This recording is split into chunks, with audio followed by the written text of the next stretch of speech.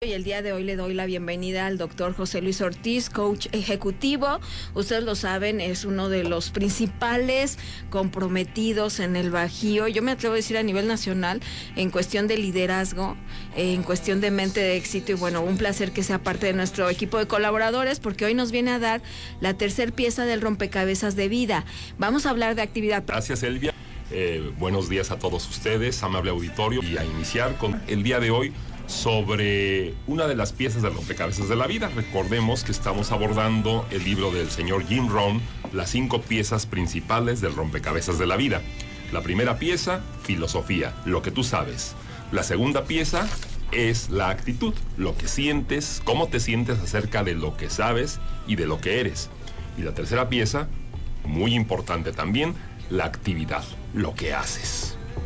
Porque para traer el éxito hay que sacar el máximo beneficio de lo que tenemos disponible. Todo lo que necesitamos para ser exitosos, plenos y felices está a nuestro alcance. Solamente hay que hacer un uso adecuado y tener una adecuada filosofía de actividad. Y una adecuada filosofía de actividad, el señor Rohn la da en una frase muy simple. Hagamos del descanso una necesidad, no un objetivo. La razón de la vida no es el descanso. Ya lo hemos abordado en programas anteriores. La frase de gracias a Dios que es viernes es muy válida. Gracias a Dios que es viernes, ¿por qué? Porque me merezco el descanso, he trabajado para ello y es una necesidad. Pero la razón de la vida no es el descanso. No, la razón de mi vida es ser productivo, no descansar.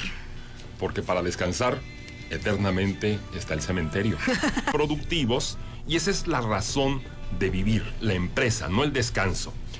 Yo recuerdo una anécdota que nos contó Miguel Ángel Cornejo en su escuela de líderes, que un chico muy aficionado a la música escuchó a un gran concertista tocar el violín de una manera magistral. Y después del concierto, el chico se le acercó al maestro y le dice: maestro, daría la mitad de mi vida por tocar como usted. Y el maestro le contesta: yo ya la di.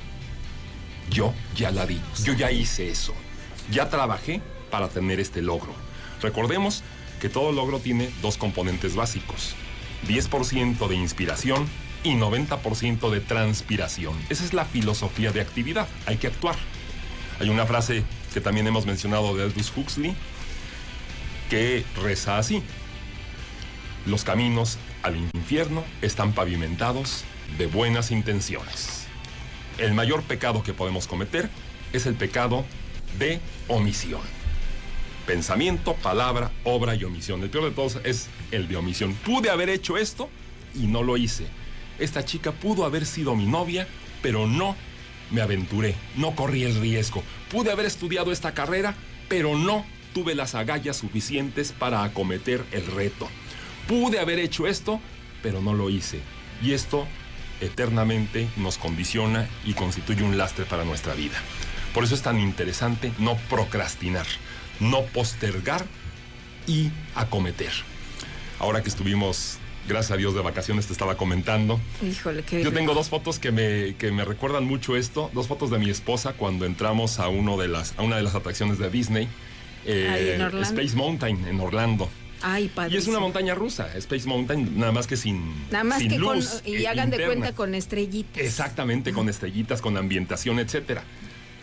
Le sacaron la foto, ya ves que a la entrada te sacan una fotografía. Sí. La expresión de mi mujer era de pavor, estaba asustada. 2 veces. Y a la segunda, caray, una alegría.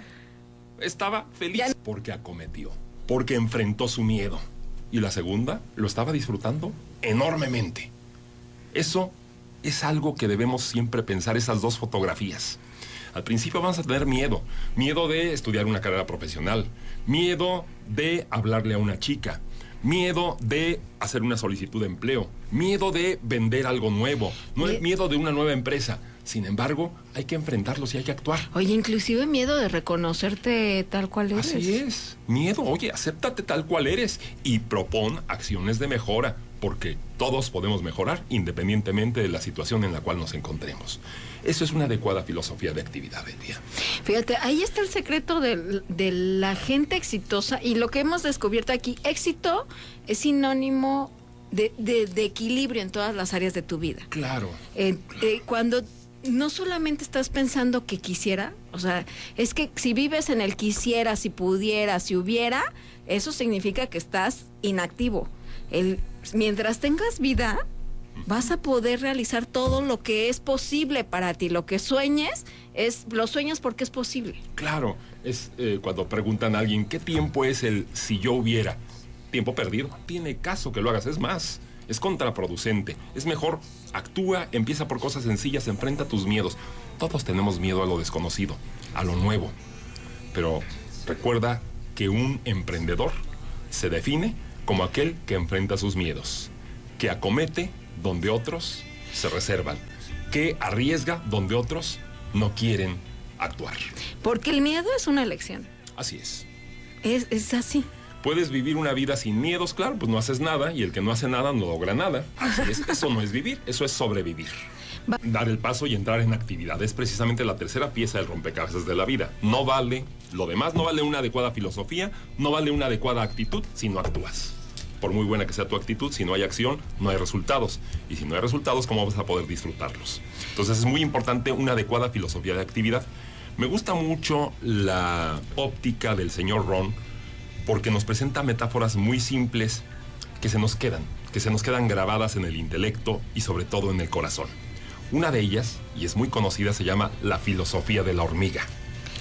Recordarás que el señor Ron recomendaba a la gente estudiar a las hormigas. Todo el mundo decía debería estudiar a las hormigas, especialmente la gente holgazana, porque las hormigas son muy diligentes, evidentemente. Y hay 4 pilares fundamentales de la filosofía de la hormiga. Esto yo lo he puesto en práctica en niños pequeños. Los niños pequeños aprenden fácilmente esta filosofía, y los adultos deberíamos aprenderla aplicándola. Primer elemento o primer pilar de la filosofía de la hormiga: las hormigas nunca desisten. Es muy sencillo hacer una sesión práctica en la cual veamos a una columna de hormigas avanzando hacia el hormiguero, llevando hojitas, pajita, ramitas, migajitas. Y si tú interrumpes el camino de las hormigas no paran. Ellas buscan otra alternativa, trepan, pasan por la derecha, pasan por la izquierda, pasan por abajo, pero no desisten. Qué bonita filosofía. Creo que así deberíamos actuar los seres humanos. Sin desistir, teniendo un objetivo muy claro, sabemos hacia dónde vamos, y si hay obstáculos, el obstáculo es una oportunidad para experimentar nuevas alternativas y no desistir. Segundo pilar de la filosofía de la hormiga, Elvia, me encanta esto: las hormigas piensan en el invierno todo el verano. Recordemos que las edades del hombre se pueden dividir como las estaciones del año. La primavera, máximo desarrollo, crecimiento, diríamos de los 0 a los 20 años.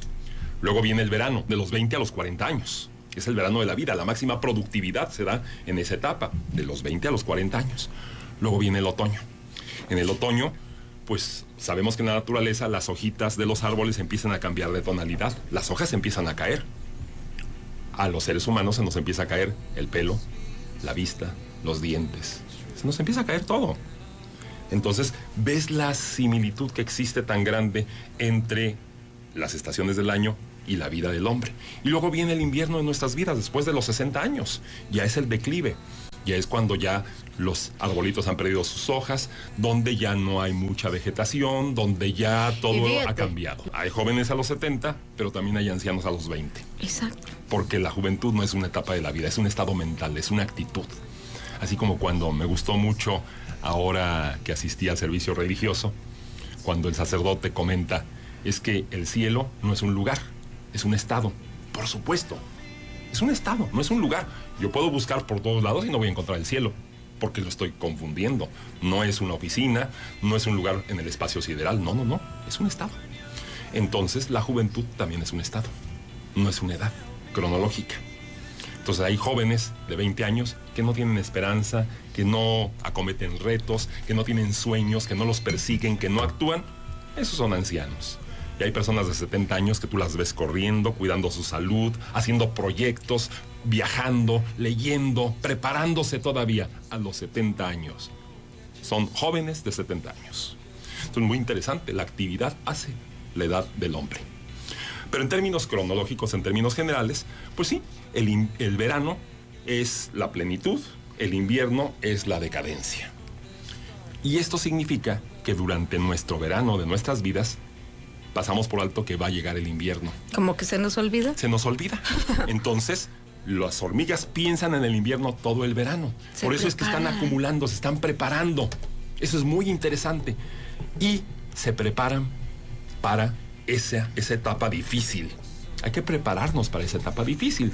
Financieramente, por ejemplo, ¿cuántos de nosotros tenemos un fondo de ahorro, un fondo de inversión para nuestra vejez? ¿Qué porcentaje de nuestro ingreso estamos nosotros ahorrando e invirtiendo para cuando lleguemos al invierno de nuestras vidas? Esa es una buena pregunta que deberíamos plantearnos. No pensamos a veces en eso. Pensamos que la juventud va a ser eterna, pero no es así. Y es muy triste en nuestro México lindo y querido constatar que mucha gente mayor, muchos adultos mayores, hacen largas filas cada 15 días para esperar una mísera pensión del ISSSTE o del Seguro Social. Triste, porque ni siquiera les alcanza para vivir, porque no pensaron en el invierno de su vida. Es triste.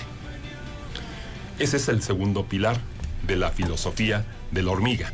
El tercer pilar, no menos importante, las hormigas piensan en el verano, el invierno entero. O sea, ¿qué es esto del invierno entero? Ahora es otra analogía. El invierno se puede comparar a la crisis. Crisis económica, crisis de valores, crisis ética, crisis política. México está viviendo una crisis. No quieren hacernos creer que no hay crisis. Sí que hay crisis. No, y aparte, bueno, como dicen, el punto es si lo vemos desde la perspectiva de la hormiga, ¿cuántas crisis no cada año le pasan a México? Claro, pero entonces tenemos que ser optimistas, Elvia. Y eso es precisamente pensar en el verano, en el invierno entero. Estamos viviendo un invierno, pero piensa que este invierno no va a ser eterno, que pronto habrá un verano. Y eso les pasa a las hormigas. Cuando pasa el invierno, las hormigas salen y disfrutan del sol. Y si vuelve a hacer frío, vuelven a entrar de cabeza al hormiguero. Pero están optimistas, piensan que todo va a mejorar. Y claro, porque se han preparado, han actuado diligentemente y entonces tienen razón para ser optimistas. Porque hay crisis, pero ¿cómo te explicas que hay gente que aún así sale adelante? Efectivamente, la crisis da oportunidades, lo decía Albert Einstein. La crisis genera muchas oportunidades para el que actúa diligentemente con un fin en mente. Para el holgazán, evidentemente la crisis va a ser muy mala, la va a pasar muy mal. Ese es el tercer pilar de la filosofía de la hormiga. Las hormigas piensan en el verano, el invierno entero. Hay que ser optimistas y hay que actuar en consecuencia. Y el último elemento, plantea el señor Rohn con una pregunta. ¿Cuánto recaban, cuánto acumulan las hormigas durante el verano para prepararse para el invierno? La respuesta es todo lo que pueden. No dicen, ya con esto lo hacemos, con esto me conformo. Yo nada más hasta aquí llego y ¿para qué trabajo más? No. Ellas siguen trabajando diligentemente, dan su mejor esfuerzo. Qué bonita filosofía, porque así deberíamos actuar en el deporte, en los negocios, en la escuela, dando nuestro mejor esfuerzo en la dirección que consideramos correcta. Y entonces hacemos todo lo que podemos y de la mejor forma que podamos. Porque alguna vez un alumno llegó a mi oficina y me preguntó, profesor, ¿verdad que 80 en su materia es bueno? ¿Es suficiente? Le digo, es que su materia es muy difícil, me han dicho que es muy difícil y con usted sacar 100 es muy complicado. ¿Verdad que 80 es bueno? Le digo, depende. Si tú aprendes todo lo que pudiste haber aprendido, haces todo lo que puedes de la mejor forma posible y aún así obtienes 80, siéntete profundamente satisfecho. Pero si tú obtienes un 100 y holgazaneaste y no aprendiste todo lo que debiste haber aprendido, eres un fracasado. Perdiste el tiempo. Claro. Entonces no depende de un indicador, de una calificación, sino es una medida de la extensión de tu esfuerzo. Eso es el éxito. Una medida de la extensión de tu esfuerzo. Ser exitoso para una persona puede ser ganar $1 millón en un año, pero para otra persona puede ser ganar 100,000 pesos en un año. ¿Por qué? Porque está haciendo todo su esfuerzo. Lo voy a poner con el caso de un jardinero que una vez conversé con él. Yo lo veo trabajar con ahínco y le pregunto, oye, ¿cuánto ganas? Me dice 8,000 pesos mensuales. Siéntete profundamente satisfecho, porque te he visto trabajar y poner todo tu empeño, toda tu dedicación, todo tu cariño con las plantitas. Haces todo lo que puedes y de la mejor forma posible. Eres exitoso.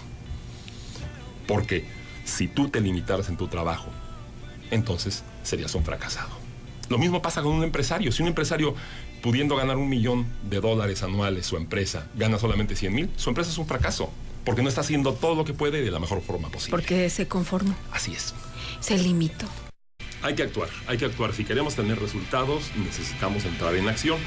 Pero recuerda que la mejor actitud y la mayor acción no rinde resultados si no están encaminados en la dirección correcta. Podemos apoyar la escalera y subir con mucha vehemencia para darnos cuenta finalmente que estaba apoyada en el muro equivocado. Entonces, muy importante tener esa filosofía, tener una meta clara, un fin en mente, llama Stephen Covey, tener la actitud correcta y la actividad. Hacer todo lo que podamos y de la mejor forma posible. Me estás diciendo que para actuar, sí, antes necesité pasar por un proceso de ponerme hacia dónde voy. Efectivamente. Porque si no, metas pues te vas a cansar y no sabes ni para dónde vas. Claro, dicen, hay una falacia. La actitud lo es todo, no es cierto. La actitud no lo es todo. Porque una persona puede tener muchísima actitud para hacer un hoyo con una pala. Y un holgazán toma una retroexcavadora y en 1 hora hace lo que esta persona hace en 1 semana. Entonces, tener las herramientas correctas también es muy importante, tener la preparación. Hombre preparado tiene la mitad de la batalla ganada, decía Cervantes. Y es cierto, tener la adecuada preparación, definir metas claras, y por eso estos cursos en los que vamos a invertir, estas conferencias, seminarios, etcétera, es sacar el dinero en nuestro bolsillo para meterlo en nuestra mente, pero después la mente llena el bolsillo. Y el punto es, exacto, y lo que en cada que te estés preparando es la oportunidad para hacerlo acción, porque lo que hemos dicho, que el conocimiento es conocimiento hasta que se aplica. Así es, tenemos que entrar en acción, en práctica, porque si no, te embotas. No rinde resultados. O sea, humanamente es como demasiada información que nada más ahí la tienes en la cabeza, como para qué te sirve. Claro. Por eso es lo interesante de ser profesor, porque actúas a veces a través de otros. Les das ese pequeño empujoncito y cuando ves el resultado, esto te da mucha satisfacción porque tú contribuyes con un pequeño granito de arena en el éxito, en la prosperidad, en la abundancia de la gente. Porque te das cuenta, y lo decíamos ayer, aprendes cuando es el momento de enseñar. Así es decir, si tú eres profesor de vida, o sea, más que profesor de cuestión académica, eres un profesor de la vida, es porque practicas la congruencia. La congruencia es esta unión de lo que piensas con lo que haces. Lo que piensas, lo que dices y lo que haces deben estar en consonancia, efectivamente. ¿Cuál es la herramienta entonces el día que hoy nos dejas para concluir sobre todo esta posibilidad? O sea, estamos entendiendo, y por eso lo decía, lo dice atinadamente Jim Rohn, son 5 piezas del rompecabezas. Así es. Conocimiento, actitud y actividad. Actividad son las 3 primeras, después vienen resultados, y ya que tienes resultados, el estilo de vida. ¿Cómo utilizas esos resultados? ¿Cómo vives esos resultados? Entonces, en la cuestión de filosofía de actividad, fundamentalmente lo podemos resumir en una frase: haz todo lo que puedas, de la mejor forma que puedas, en la dirección correcta. Y eso te lo da la ética, el saber cuál es la dirección correcta, hacer el bien y tener precisamente una clara visión de tu futuro para primero servir, porque no es lo que recibimos lo que nos hace valiosos, sino lo que damos. Sí, recibir no te hace valiosa. Te hace valiosa para los demás lo que das a los demás. Ese es el sentido que tiene la vida, servicio a los demás. Recuerda que el maestro Cornejo mencionaba, ¿qué caso tiene que en el epitafio de tu tumba se escriba algo como lo siguiente: fulano de tal nació, creció, se multiplicó y murió y nadie sabe para qué sirvió? Eso es muy triste. Tu sentido de trascendencia, tu legado, es lo que te va a hacer valioso hacia los demás. Fíjate, y esto tiene que ver con todo se resume a esa capacidad de amor que transmites, esa capacidad de entrega. Porque nos confundimos, pensamos que esto tiene que ver con solamente un éxito personal. No. Pero bueno, ¿y de qué te sirve estar solo? Si no lo compartes. Amor es dar, amor es compartir, amor es perdonar. Amor es considerar primero al prójimo y después a uno. Primero comprender para después ser comprendido. ¿Con qué herramienta entonces el día de hoy nos dejas? Sobre todo en esta práctica efectiva de acción. Es decir, y también lo que decíamos ayer, el no puedo es en realidad no quiero, ¿eh? Así es. O sea, no hay otra. Cuando que tú te creas dice, no puedo, interpreto, no estoy dispuesto a. Entonces es simplemente una clara filosofía de actividad. Haz todo lo que puedas de la mejor forma posible, Céntrate en objetivos claros y actúa. Vas a tener miedo, claro, pero la gente exitosa es la que enfrenta y supera sus miedos. La gente que se ubica en su zona de confort no sale ni siquiera a su zona de aprendizaje y está muy contenta ahí, pero no va a progresar. ¿Y sabes qué? Ciertamente este país, su transformación está en cada uno de sus ciudadanos o sus miembros, que sí es cierto, muchos atrapados en el miedo. Así es, hay muchos miedos y hay que trabajar mucho. El problema que comentábamos en un programa anterior, el problema de nuestro querido México y de Latinoamérica y de muchos otros países en vías de desarrollo o en economías emergentes, es el problema del miedo, y el miedo, el no enfrentarlo, es un problema de autoestima. Sí, es cierto. Tenemos un problema de baja autoestima. Si pudiéramos hacer una estadística, tendríamos un porcentaje altísimo de gente con muy baja autoestima. Y la gente que tiene una correcta autoestima, pues es la gente triunfadora. Exacto, y el punto no es de suerte, no, sino de decisiones en la vida que te hagan mover, porque decía Albert Einstein, a ver, si ya hemos visto a lo largo de tantos años, y lo que él decía, que el grado de la locura es pensar obtener resultados distintos haciendo las mismas cosas. Así es. Si ya generación en generación hemos visto que no nos funciona, entonces ¿por qué no nos movemos al lado contrario, no? Hay que hacer cosas diferentes y aprender de los mejores. Y muchos de los mejores los tenemos aquí al lado, los tenemos enfrente. ¿Por qué no imitamos a... que eso estamos haciendo en algunas instituciones? ¿Por qué no imitamos a las mejores universidades del mundo? Si yo quiero ser una de las mejores universidades, ¿por qué no me voy al MIT y veo qué es lo que están haciendo en el MIT o en Harvard o en Cambridge? ¿Por qué no lo analizo, sí, lo reflexiono? No? ¿Y por qué no lo incorporo, lo tropicalizo? Porque somos diferentes, claro, lo voy a adaptar. Pero ¿por qué no? ¿Por qué no? Y ahora entonces encontramos los... Entonces, ¿por qué sí? Efectivamente. Si yo tengo de vecino a un gran empresario, ¿por qué no aprender de él en lugar de criticarlo? Ah, sí, ¿no? O a la vecina que hace algo eso, salir del egoísmo. Así es. Para entonces generar acción. O sea, no te sirve de nada el ego, al contrario.